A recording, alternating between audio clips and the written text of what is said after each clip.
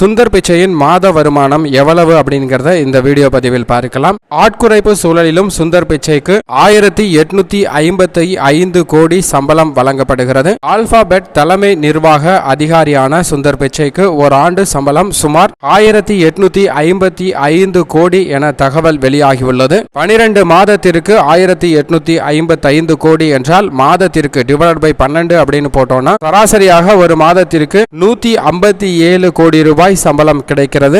Google நிறுவனத்தின் தாய் நிறுவனமான ஆல்பாபெட் இன்க் இந்த ஆண்டு ஜனவரியில் 12,000 பேரை பணி நீக்கம் செய்வதாக அறிவித்தது. குறைந்து வரும் லாபம், அதிகரித்து வரும் செலவுகள் ஆகிய காரணங்களால் ஊழியர்களை பணி நீக்கம் செய்வதாக தெரிவித்தது. இதற்கிடையில் 2022ஆம் ஆண்டில் ஆல்பாபெட் தலைமை நிர்வாக அதிகாரியும் தமிழருமான சுந்தர் பிச்சை மொத்த சம்பளமானது வெளியாகியுள்ளது.